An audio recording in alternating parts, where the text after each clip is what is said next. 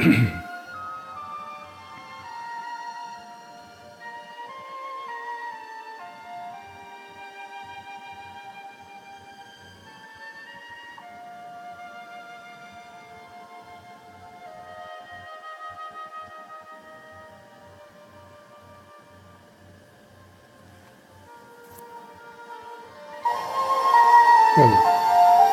vou fechar aqui.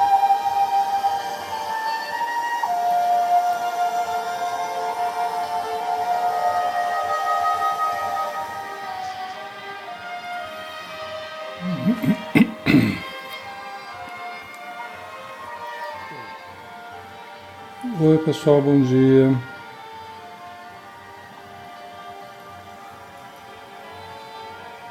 Deixa eu ajeitar aqui uma coisa.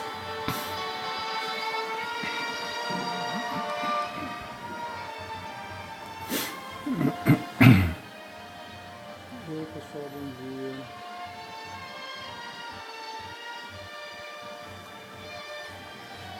Deixa eu ajeitar aqui uma coisa.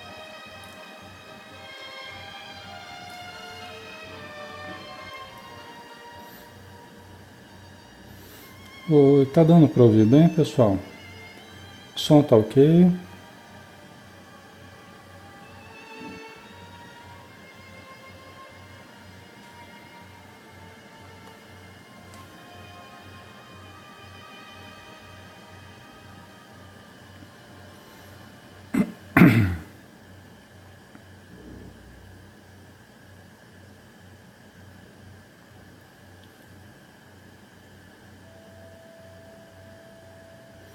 Tá ok, né? Tá joia. Então tá bom, pessoal. Bom dia a todos, um grande abraço.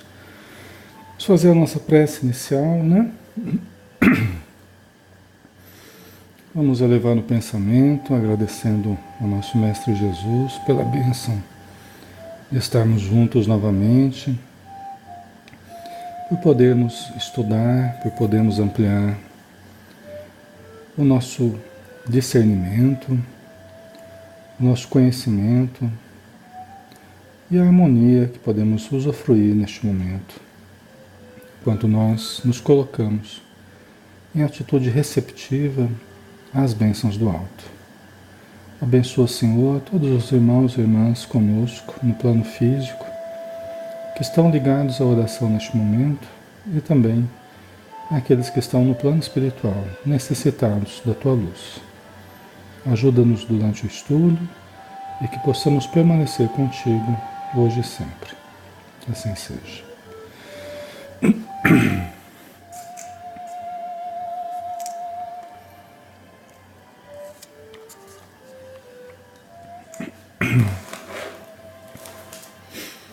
Muito bem, pessoal, vamos lá, né?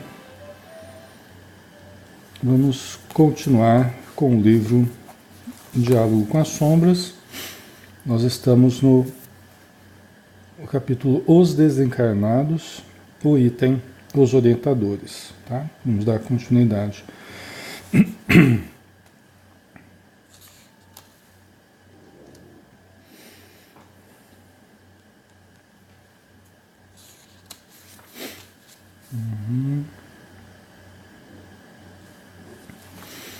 Então nós paramos aqui, né? É sempre um momento de emoção a primeira reunião mediúnica de um grupo. Os resultados podem não ser espetaculares, e geralmente não são mesmo, porque os companheiros incumbidos da nossa orientação ainda estão trabalhando nos ajustes e nos testes, como o maestro competente que verifica se todos os instrumentos estão perfeitamente afinados. Se o grupo já dispõe de um ou mais médiuns desenvolvidos, é certo que um espírito amigo se manifeste para as primeiras palavras de estímulo e encorajamento. E aqui o Hermínio Miranda não está ditando uma regra, né? O que ele está falando aqui não é uma regra, né? Que na primeira reunião os espíritos amigos vão ter que dar uma mensagem. Não, é uma possibilidade. Se você já tem médiuns já preparados, médiuns já treinados, habituados a darem comunicação, pode ser que na primeira reunião de abertura da reunião, pode ser que o espírito dê uma manifestação, né? Uma mensagem de estímulo ao grupo e tal, né? Esses ajustes iniciais nós estávamos falando, né, na semana passada. Esses ajustes tem a parte material através da disciplina do grupo, né? Então o coordenador do grupo ele vai disciplinando o grupo, ele vai orientando no modo como as pessoas vão viver durante aquele dia da reunião, na chegada ao centro, como vão se portar durante a reunião. Tudo isso são ajustes também do ponto de vista material. Mas os espíritos amigos vão fazendo os ajustes do ponto de vista espiritual. No campo vibratório, na união de todos ali, eles vão trabalhando nesses ajustes. Os ajustes da nossa mediunidade também, né? Então eles vão nos treinando. Isso vai depender, maior ou menos tempo para esse ajuste, né? Vai depender do grupo, né? Vai depender da qualidade do grupo, assim, da boa vontade do grupo, né? Do nível de entendimento do grupo, da docilidade do grupo, né? Diante dos espíritos amigos, né? Mas não precisa de muito tempo, não. A experiência que a gente tem tido para ajustar um grupo mediúnico, né? Não precisa de muito tempo, né? Você, em alguns meses aí, né? Você já vai conseguindo fazer o grupo funcionar de uma forma bastante interessante, bastante adequada, né? Ok. Nessa altura, é raro que tenhamos conhecimento da natureza do trabalho que pretendam realizar conosco. É certo, porém, que eles já dispõem de um plano muito bem estudado, compatível com as forças e possibilidades dos trabalhadores encarnados. Os espíritos sempre nos dizem que precisam de nós para determinadas tarefas que somente podem ser desenvolvidas com o concurso da mediunidade, ou seja, em contato com o ser humano encarnado. Então veja bem, pessoal, muitas pessoas questionam assim, né? Ao se aproximarem do espiritismo, ao se aproximarem da área mediúnica, muitos perguntam assim: Alexandre, mas por que a reunião mediúnica? Para que serve a reunião mediúnica? Né? Os espíritos não poderiam fazer esse trabalho no plano espiritual? Eles não poderiam ajudar aos sofredores no plano espiritual? Por que precisa dos encarnados? Por que precisa de uma reunião mediúnica? Né? Então, é uma pergunta recorrente, vamos dizer assim. Né? Veja bem, sim, os espíritos amigos poderiam auxiliar muitos necessitados sem o concurso dos encarnados. Tá? Os espíritos amigos teriam recursos para ajudar muitos desencarnados sem o concurso de nós, encarnados. Tá? Por que eles nos usam? Por que eles nos admitem nos trabalhos de auxílio? Bom, para que nós aprendamos, para que nós nos exercitemos na nossa mediunidade, para que nós também vivenciemos a saúde mais plena, trabalhando com as forças mediúnicas. Então isso é bom para nós, porque nós gastamos o excedente de forças, nós gastamos parte das energias vitais que nós temos, da força ectoplásmica, que é a força mediúnica, né? E isso é bom para nós. Isso nos deixa mais saudáveis, mais equilibrados. Eu tenho sempre falado para vocês, né? Quando a gente tem mediunidade e a gente não participa de um grupo mediúnico, a gente não está usando positivamente a mediunidade que a gente tem para o auxílio, a gente começa a acumular força mediúnica. Aí a gente começa a desenvolver vários sintomas, alguns sintomas de pele, gastrointestinais, respiratórios são muito frequentes, né? Alergias são muito frequentes, oscilações emocionais, irritabilidade. Onde a pessoa vai, ela sente muitos ambientes, ela sente as presenças. Tá? começa a ter momentos, às vezes, por vezes, de descontrole, lapsos de consciência. São vários os sintomas associados ao acúmulo de força mediúnica. Tá? Então, quando nós trabalhamos, quando os espíritos nos permitem também ajudar no socorro aos necessitados do plano espiritual, nós também temos a oportunidade de gastar parte dessa força mediúnica e aí a gente sai bem, entendeu? A gente vai se equilibrando, aí a gente começa a vivenciar do dia a dia com outra qualidade de vida, dormindo melhor, mantendo mais equilíbrio, tal, né? Certo? Então, isso é parte da resposta, né? Quer dizer, a nossa necessidade de aprendizado e de trabalho com as forças mediúnicas, né? Só que enquanto a gente vai trabalhando com essa exteriorização das forças mediúnicas, né? Quando a gente vai trabalhando com essa doação do plasma, né? Como se diz, como os espíritos dizem, né? Isso ajuda na recuperação dos espíritos necessitados. Isso ajuda na recuperação dos tecidos perispirituais de seus corpos, né? Perispirituais. Porque alguns estão mutilados, outros estão trazendo as doenças que os fizeram desencarnar. Porque ninguém desencarna à toa, né? Então você continua levando para o plano espiritual as doenças que se arrastam às vezes durante décadas, né? Ou durante anos ou meses, mas a gente leva para o plano espiritual as marcas, as doenças que geraram a nossa morte. Então, quando um espírito se comunica por intermédio, né, dos médiuns da equipe, ele recebe aquela energia mediúnica, ele recebe o plasma, o ectoplasma, e isso ajuda na sua recuperação. Tá? Então, olha quantos benefícios, né, pessoal? Nós aprendemos a respeito do contato com a vida espiritual, nós aprendemos a respeito das obsessões, né? Nós vamos adquirindo uma consciência maior da vida espiritual e da relação com o mundo material. Tá? Então são muitos os benefícios, né? E tem certos atendimentos que são mais viáveis com a ajuda de um grupo mediúnico.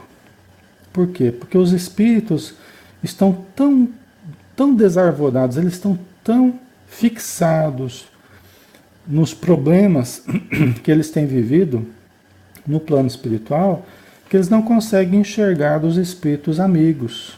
Então, numa reunião mediúnica, eles nos enxergam, mas não enxergam os espíritos amigos. Eles conversam conosco, mas não conversam, não conseguem dialogar com os espíritos amigos.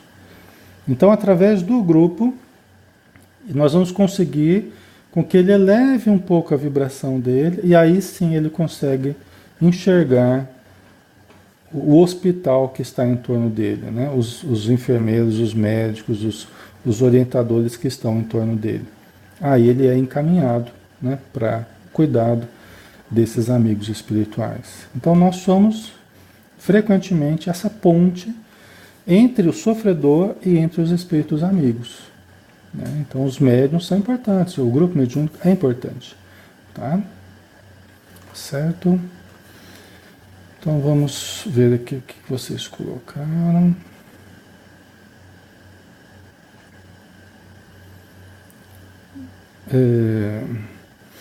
A Cláudia Blomkowski colocou pânico, né? Também, né? Também pânico é uma das possibilidades, né, da pessoa que começa a acumular força mediúnica, pode começar a ter episódios de pânico, sim, né?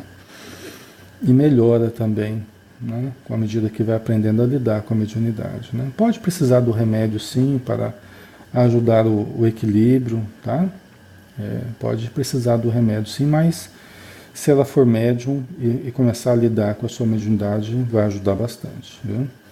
O Alexandre Araújo colocou: Alexandre, pode um médium dar passividade somente a espíritos em estado de zoantropia? Alexandre, o que a gente vê não é apenas a comunicação de espíritos em estado de zoantropia, pessoal, é quando o espírito está em estado de deformação em que ele se apresenta como um animal, tá? ok? Então, a deformação do seu perispírito, ele se apresenta como um animal. Pode ser um macaco, um lobo, uma ave de rapina, uma cobra, tá? Eu já atendi muitos espíritos nessa condição. Agora, não vejo médiums, nunca vi médiums que apenas dessem passividade a espíritos em estado de zoantropia, viu, Alexandre? Tá? Nunca vi um médium que só desse comunicação desse tipo de espírito. Ele dá a comunicação desse tipo de espírito, mas geralmente dá de outros também, porque são vários os tipos de espíritos possíveis de nós atendermos. Tá? Pode ser que seja alguém que tem uma condição diferenciada para dar especificamente desse tipo de espírito, mas eu nunca vi isso acontecer assim, tão especificamente. Tá? O médium, à medida que ele vai sendo treinado, Alexandre, ele vai tendo uma flexibilidade maior. A formação do médium, e não é uma formação só intelectual, tá, pessoal, só de curso. A formação do médium passa por ele experimentar vários tipos de espírito, para que ele adquira a flexibilidade necessária e o entendimento necessário para dar comunicação daquilo que for necessário, daquilo que for preciso, entendeu? Isso faz parte da formação do médium. Ele aprender vários tipos de situações diferentes para que ele saiba, para que ele seja um instrumento útil em várias situações diferentes, não apenas de zoantropia, tá? Ok?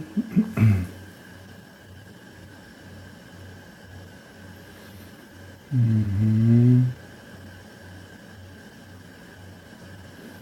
Deixa eu ver.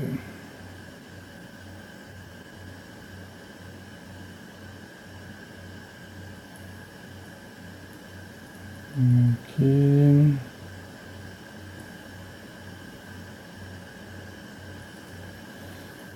A Ana Cristina colocou: eu tenho me sentido muito sozinha e triste, não consigo vislumbrar melhora. Recentemente fui submetida a um tratamento de desobsessão. Pode ser um resquício?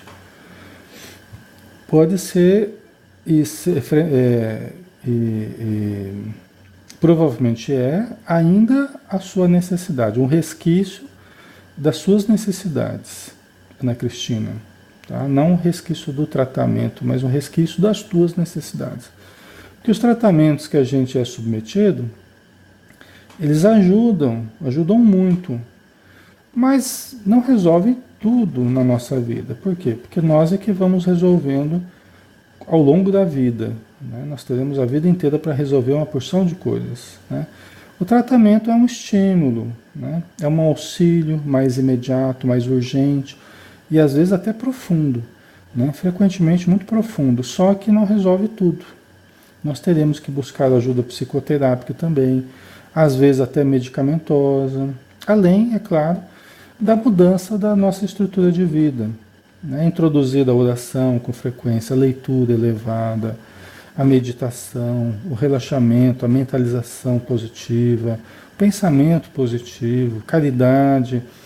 Então a gente deve estruturar a nossa vida de modo que ela realmente nós introduzamos atitudes positivas, né? Saudáveis. Aí nós teremos uma vida mais saudável, ok?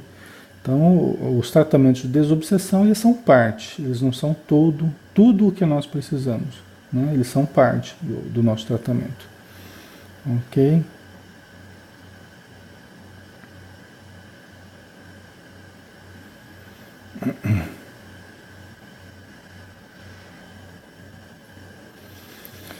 Então vamos lá, pessoal, vamos dar continuidade aqui, né? Então os espíritos amigos precisam de nós também, nós precisamos deles, né? Eles nos permitem trabalhar, ajudar, né? E ele já tem um plano de trabalho para nós. Nós podemos não saber direito como será o trabalho, mas ele já tem um plano para nós.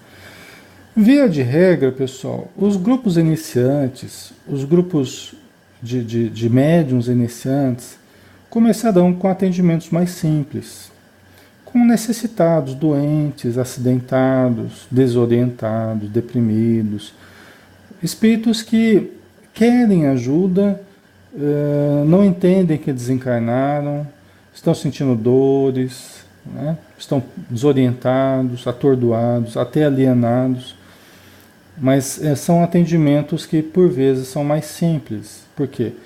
Porque o espírito quer ajuda, ele só não sabe como obter essa ajuda, né? Com o tempo, com o amadurecimento do grupo, com o desenvolvimento dos trabalhos, com o treinamento dos médiuns, inclusive com ampliação do conhecimento dos médiuns, nós teremos o grupo que vai entrando cada vez mais no campo da desobsessão. Então, os atendimentos mais simples vão se mesclando a atendimentos mais complexos, onde os espíritos não querem o auxílio, onde eles não aceitam a princípio o auxílio. Então exige mais do doutrinador, exige mais do médium, exige mais do grupo. Tá? Espíritos sarcásticos, espíritos que debocham dos trabalhos, né? Irônicos, revoltados, inteligentíssimos. Né? Inteligentíssimos, espíritos assim ardilosos. Né? Isso com o tempo o grupo vai também lidando. Tá? Então nós precisamos nos preparar também para esse tipo de... Nós vamos conversar durante o livro aqui sobre esses tipos de atendimentos. Tá? Ok. Então vamos lá. Em O Reformador, de fevereiro de 1975, no artigo intitulado A Doutrinação, Variações sobre um tema complexo, lembrei os preciosos esclarecimentos colhidos no livro Memórias de um Suicida, que devemos à abençoada mediunidade de Ivone Amaral Pereira. Tornara-se imperioso encontrar um grupo de médiuns em condições de socorrerem espíritos de suicidas. Então vamos lá. Isso aqui o Hermínio Miranda está falando de um arquivo, de um artigo que ele escreveu na revista O Reformador, tá? A respeito de algumas informações que a Ivone Pereira nos trouxe através do livro Memórias de um Suicida. Tá? Então, nesse livro, os espíritos amigos, diante de uma determinada situação, eles saem em procura de um grupo mediúnico que poderia atender aos suicidas do Hospital Maria de Nazaré, lá no plano espiritual, Hospital de Maria, que é um hospital especializado em atendimento aos suicidas, em tratamento aos suicidas. Tá? Então eles vieram do plano espiritual para a Terra em busca de um grupo, né, que pudesse atender aos suicidas. Por quê, pessoal? Porque os suicidas são os espíritos com uma dificuldade maior em termos de vibração. São dos mais necessitados do plano espiritual. Até os obsessores, segundo o que eu conversei com alguns obsessores, até obsessores bastante trevosos, vamos dizer assim, se sentem mal na presença de um espírito suicida. E essa informação que eu tive. Até espíritos bastante trevosos, assim, obsessores bastante trevosos, né? Bastante necessitados assim pela revolta, né? Eles se sentem mal na presença de um espírito suicida. Tá? Tamanha é a dificuldade vibratória desse tipo de espírito.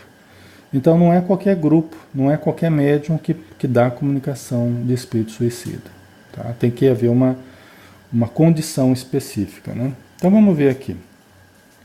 Tornara-se imperioso encontrar um grupo de médiuns em condições de socorrerem espíritos de suicidas. Chegara a um impasse o processo de recuperação desses espíritos, né, lá no Hospital de Maria. A despeito do desvelo e competência dos técnicos e mentores da organização espiritual especializada, No tratamento dos suicidas, um grupo deles se mantinha irredutivelmente fixo nas suas angústias. Os casos estavam distribuídos, segundo sua natureza, a 3 ambientes distintos: o hospital propriamente dito, o isolamento e o manicômio. Então aqui ele está explicando, né, o que a gente obtém lá no livro, Memórias de um Suicida, que alguns suicidas, mesmo com todo o tratamento, mesmo com todo o conhecimento dos técnicos, dos sábios ali do hospital, dos médicos, né? Toda a equipe técnica que auxiliava na recuperação deles, tinha um grupo que não respondia ao tratamento. Ele estava irredutivelmente fixo nas suas angústias. O que quer dizer isso, né? A pessoa se mata e ela fica tão fixada no que fez ela se matar e também no processo dela se matar, dependendo do tipo de morte que ela teve. Ela pode ficar tão fixada nas angústias do que ela está vivendo, né? Interiorizada naquele sofrimento, fixada naquele sofrimento, que esses espíritos não conseguiam recuperar-se, eles não conseguiam sair desse nível de angústia que eles estavam. Tá? Aí ele explica aqui que os casos que eram atendidos ali no Hospital de Maria, eles eram distribuídos em 3 ambientes distintos, conforme a necessidade dos espíritos. Né? Era o hospital propriamente dito, o isolamento e o manicômio. Né? Então nós vamos ver aqui na sequência. Né? Uns tantos desses, porém, permaneciam atordoados, semi-inconscientes, imersos em lamentável estado de inércia mental, incapacitados para quaisquer aquisições facultativas de progresso. Vocês estão entendendo? Tinha um grupo, dentre esses, né, que estavam ali no hospital, que permaneciam atordoados, semi-inconscientes. Quer dizer, não eram totalmente inconscientes, nem totalmente conscientes. Ficavam ali no intermediário ali entre a consciência e a inconsciência, né? Entre a alienação e a consciência, né? Mas incapacitados para qualquer aquisição de progresso. Não conseguiam melhorar no tratamento. Tornara-se, pois, urgente despertá-los para a realidade que se recusavam, mais inconsciente do que conscientemente, a enfrentar. Trata-se aqui de um conhecido mecanismo de fuga defensiva. Tá?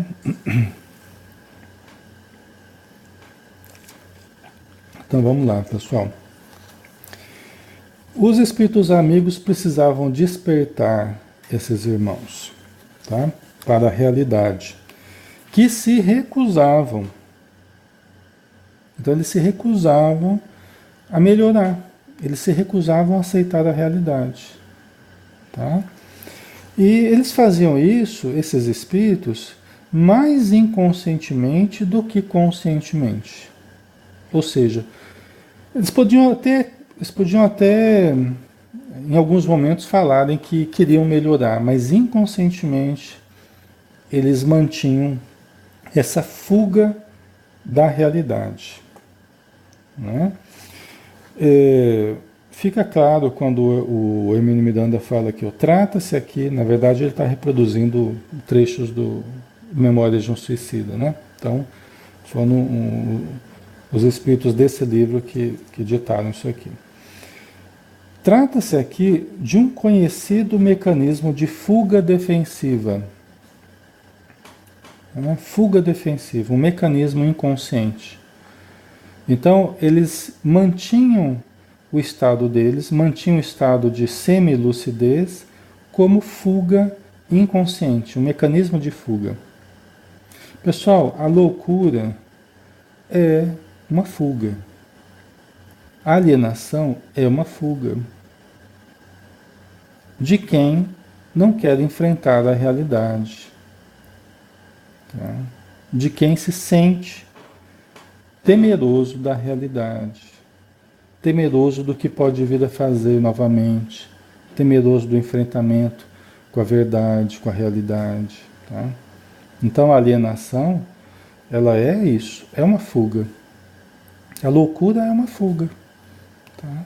Eu fujo dos meus problemas, eu fujo da realidade, porque eu não me sinto forte para enfrentar essa realidade. Ok?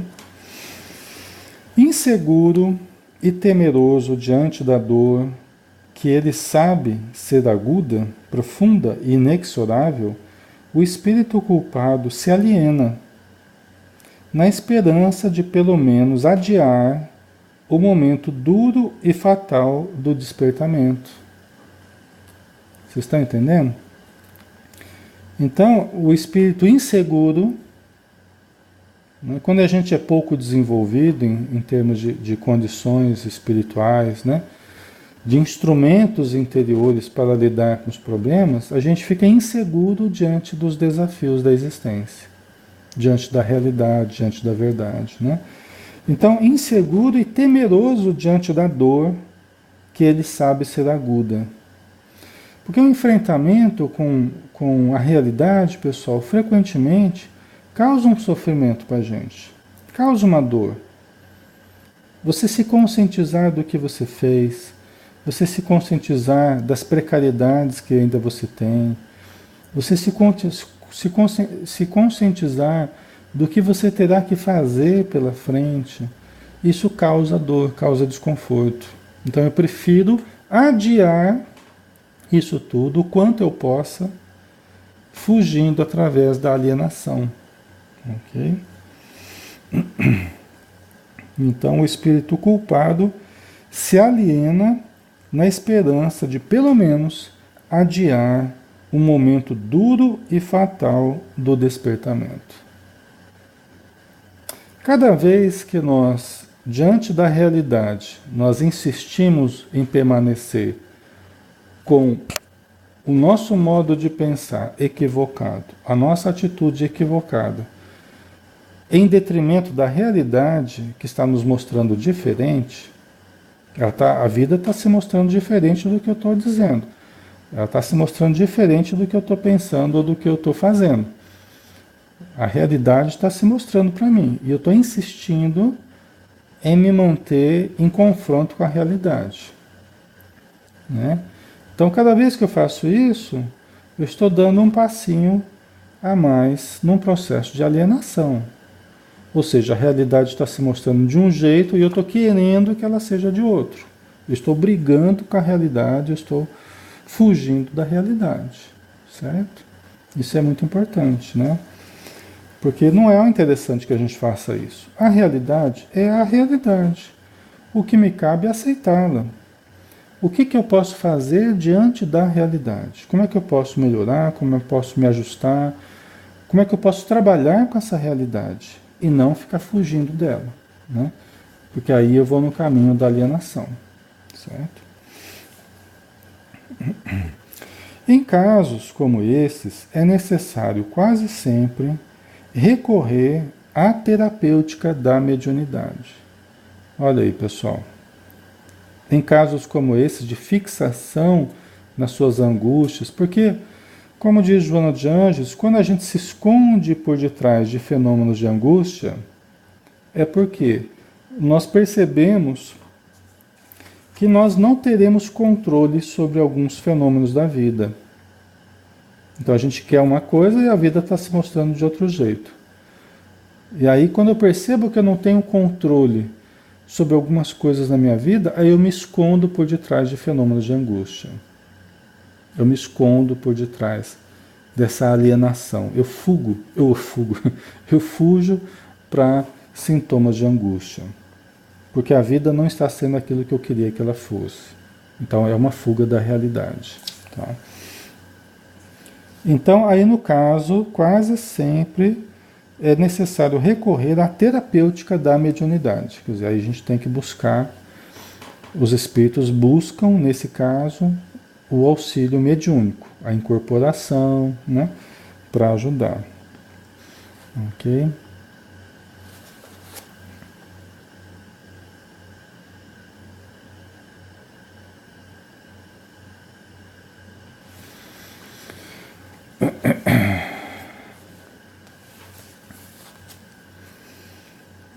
Então vamos lá. O espírito precisa retomar a sua marcha e o recurso empregado com maior eficácia é o do choque. Tá? Há que o autor de Memórias de um Suicida chama de revivescência de vibrações animalizadas.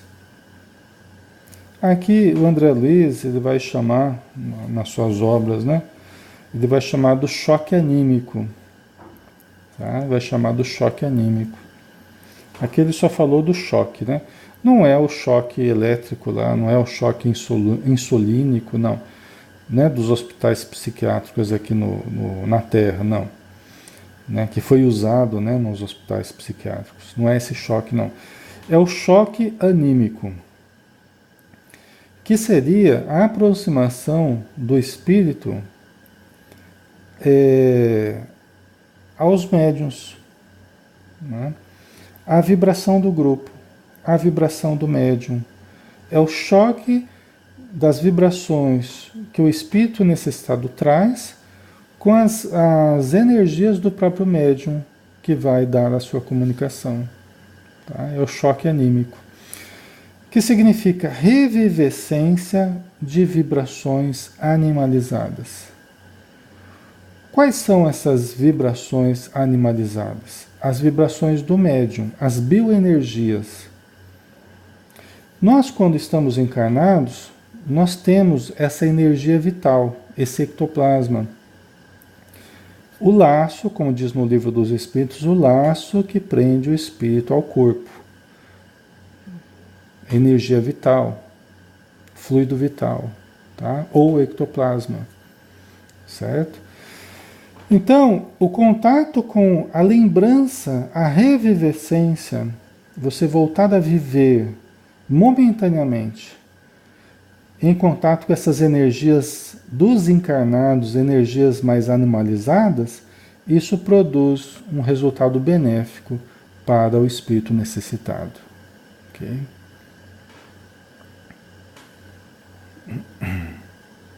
Certo? Habituados a tais vibrações mais grosseiras, mostravam-se eles inatingíveis aos processos mais sutis de que dispõem os técnicos do espaço. Então, olha só, pessoal, esses espíritos que desencarnam pelo suicídio, né, e esses que se mantêm mais fixados na dor, na angústia, na fuga, né, do enfrentamento com a realidade, eles estão mais acostumados às vibrações mais grosseiras, às vibrações mais animalizadas. Tá? Então, quando os espíritos amigos utilizam seus processos terapêuticos no plano espiritual, utilizando energias mais sutis, eles não respondem muito bem. Então, eles precisam daquela energia dos encarnados. Vocês entendem a importância do grupo aí? Dos médiuns treinados, do doutrinador? Fornecem uma energia mais ligada à matéria, que é muito interessante nesses casos de fixação na dor, né, que o espírito traz. Tá?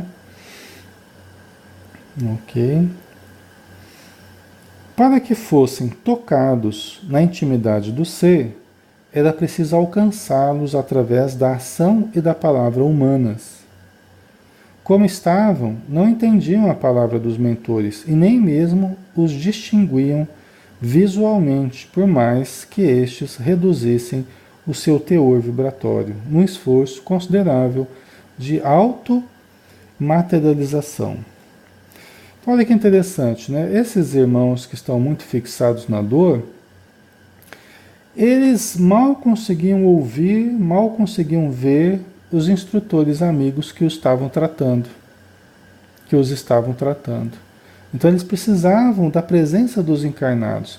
Eles precisavam de uma reunião mediúnica para que pudessem nos ver, nos ouvir, nos sentir e aí podemos entretecer um diálogo, né, um auxílio mais eficaz.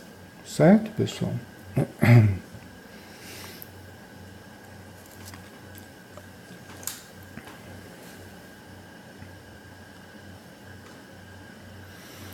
O Dantas colocou, bom dia, um espírito antes de se encarnar, ele consegue ver os nossos pensamentos?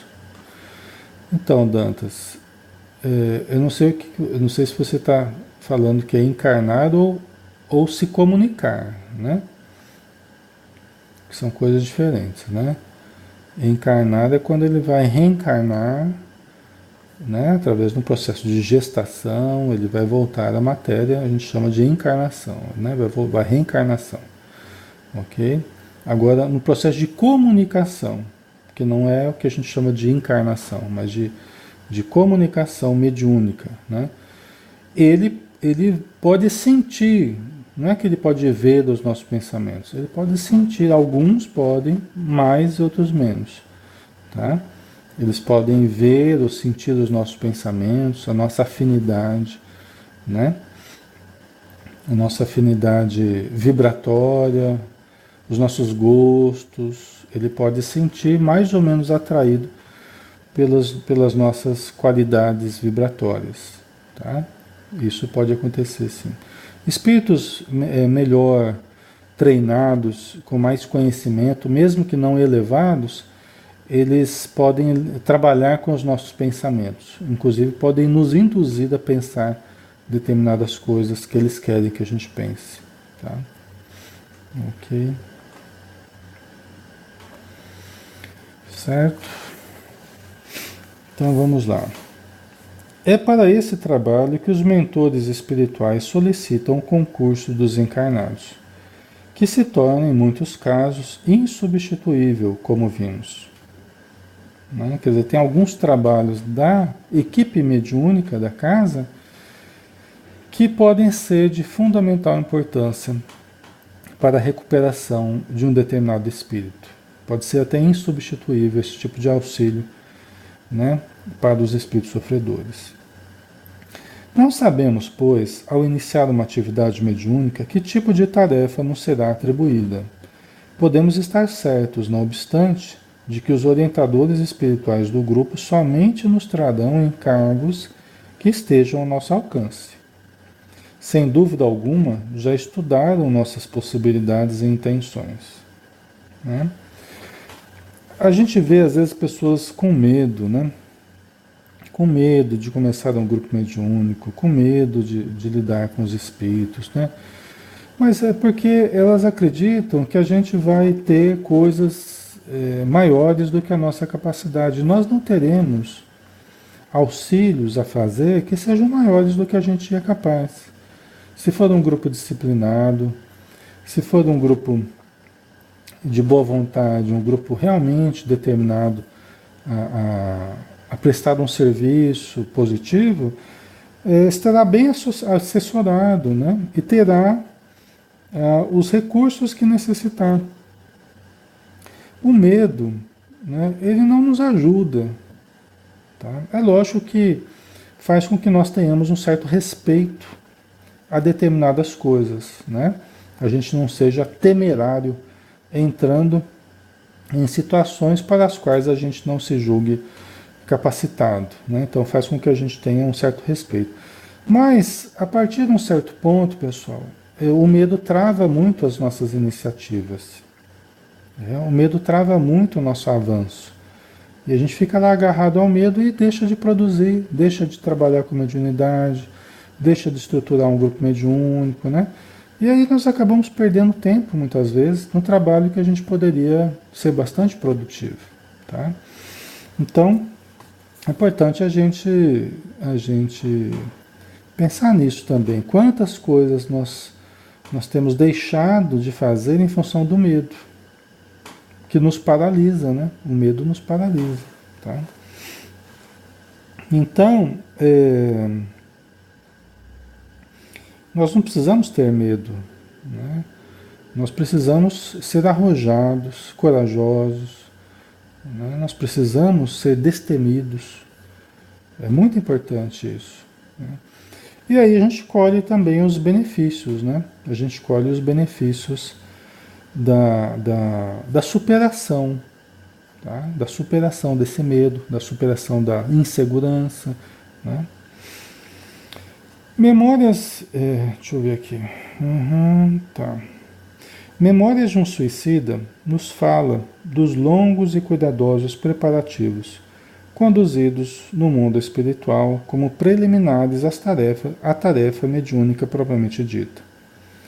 É preciso localizar um grupo que ofereça as condições de segurança e amparo de que necessitam os espíritos transviados. Tá? Inclusive, pessoal, o auxílio a suicidas menos provavelmente se dará através de médiuns iniciantes, tá? Justamente pelo preparo, pela estrutura que tem que ter. Tá? Então, menos provavelmente nós teremos mediunidades iniciantes dando auxílio a suicidas. Pode ocorrer, depende da estrutura de cada um, mas é menos provável. Tá?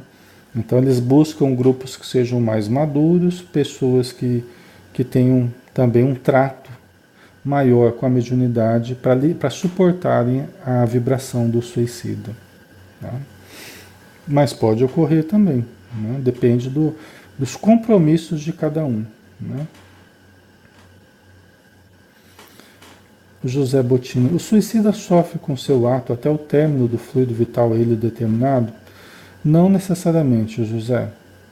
Existe essa história, né, que enquanto ele tiver o fluido vital, ele vai continuar preso. Não é necessariamente assim.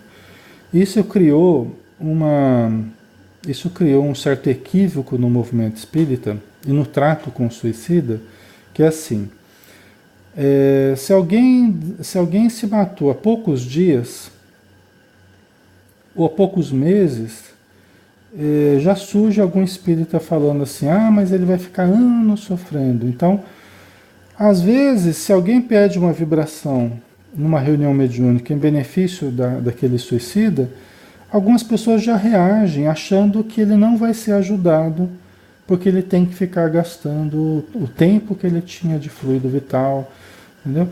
E nós não sabemos, existem casos e casos. Já vi casos de pessoa suicida que foi socorrida logo após. Nós não sabemos os atenuantes e os agravantes de cada caso. Né? Nós não sabemos os atenuantes e os agravantes, como o Anderson colocou ali também. Tá? Nós não temos a capacidade de fazer essa análise profunda que os espíritos fazem.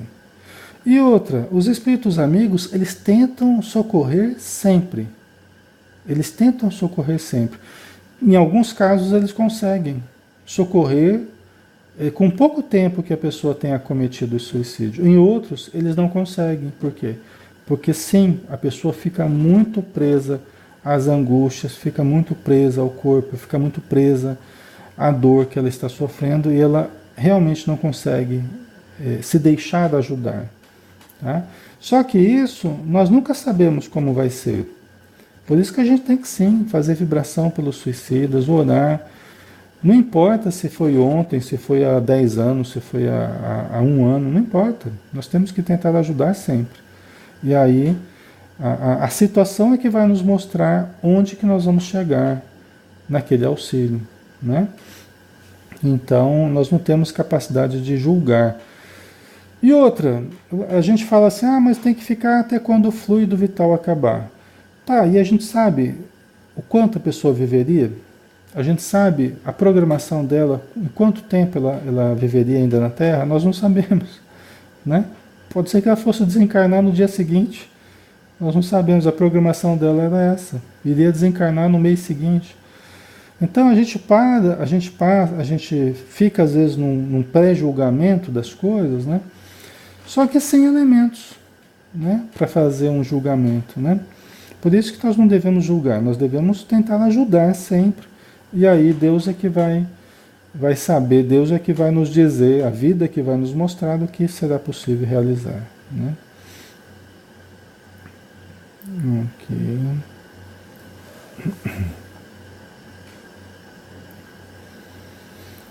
Deixa eu ver aqui. A Maria Helena colocou, né? Bom dia. Por que tantos adolescentes se suicidando ultimamente? Maria Helena, eu acredito que o período da adolescência é um período difícil, muito difícil, né? Porque é um período de encontro. dos conteúdos do passado com os conteúdos do presente. Tá? Do que a pessoa já viveu no passado com o que ela está vivendo no presente. Então é um período muito conturbado de descobertas, de alterações hormonais e também, frequentemente, do surgimento de características mediúnicas.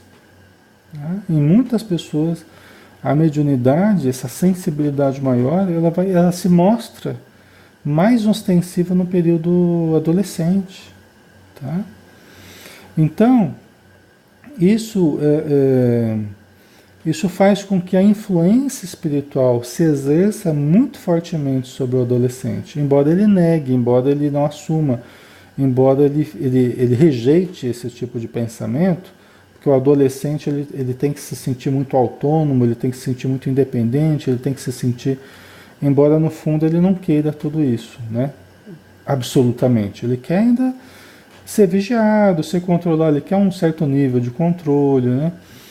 Mas ele luta por uma independência, ele luta por uma autonomia, né? Só que espiritualmente ele se torna muito influenciado. Tá? Então você junta tudo isso, os conflitos do encontro dos conteúdos do passado com os conteúdos do presente, essas alterações hormonais, a mediunidade, né? Então, e aí você pega hoje ideologias correndo solta, ideologias correndo na internet, correndo de boca em boca, né? Muito negativas, né? Influenciando massas, né? A massa de adolescentes aí a comportamentos totalmente desequilibrados, né?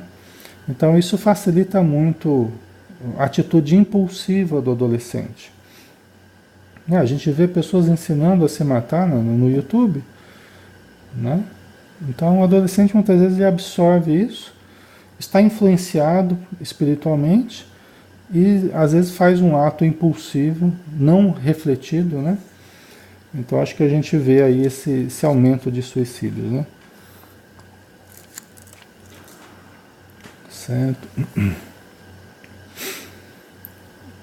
O que fazer diante dessa situação, né? A gente tem que estimular a vivência positiva do jovem, né? Estimulá-lo à casa espírita, aos grupos de jovens, né? Eu participei bastante de grupos de jovens para a mocidade espírita, né? O jovem ele tem que ser introduzido nas atividades de auxílio, né? Na casa espírita, de todos os modos possíveis. Inclusive eu venho trabalhando ao longo dos anos com alguns jovens, né?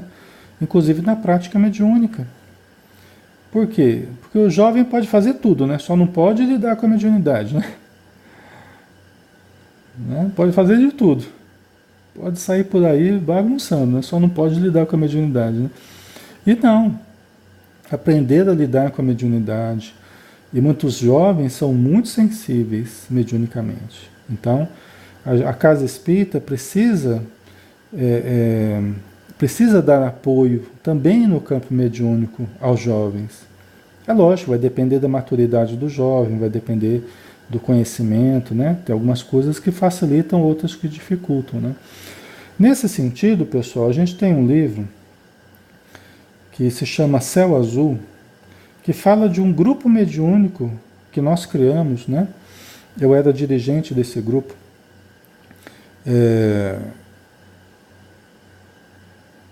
Eu nem lembro a época, faz uns 20 anos já. Nós criamos um grupo mediúnico para jovens. Criamos um grupo mediúnico para jovens, que funcionou, que foi uma beleza. E tem esse livro, Céu Azul, né, de Célia Xavier de Camargo, que é minha mãe, e ela escreveu o relato dos espíritos sobre esse grupo que nós criamos, os casos que foram atendidos, como é que foi a estruturação desse grupo e tal.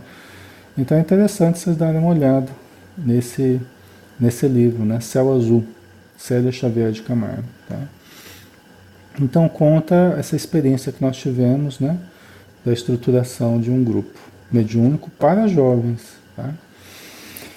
Então assim, é lógico, é um problema complexo, né, e que nós não vamos finalizar aqui, né? Nós não vamos resolver aqui, mas nós podemos estimular o jovem à espiritualização, né?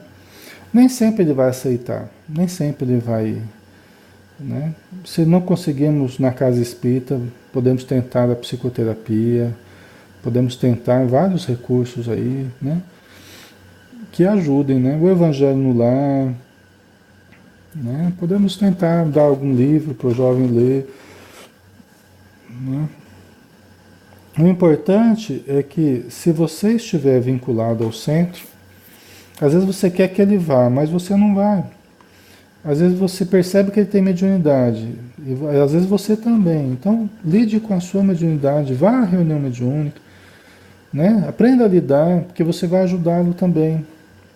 Vai chegar na reunião, você vai fazer vibração pelo seu filho, né? Pela sua família, né? Então, isso, pelo menos vá você, busque se fortalecer. E aí você vai ter mais condição para lidar com ele também, tá? Pessoal, nós já estamos na nossa hora, nós vamos então finalizando, né? Agradecendo aos espíritos amigos pela oportunidade, agradecendo a Deus pelo dom da vida, agradecendo a Jesus, nosso Mestre, pelo seu exemplo, que é um roteiro de luz para todos nós, agradecendo aos espíritos amigos que coordenam essa atividade e as atividades da Casa Espírita e que nos permitem auxiliar através da mediunidade, nos permitem, de alguma forma, desenvolver os potenciais que todos trazemos. Abençoa, Senhor, os espíritos que estiveram ou que estão conosco, que sejam encaminhados para os tratamentos necessários na Casa Espírita. Que a Tua luz nos ilumine, Senhor, hoje e sempre, que assim seja.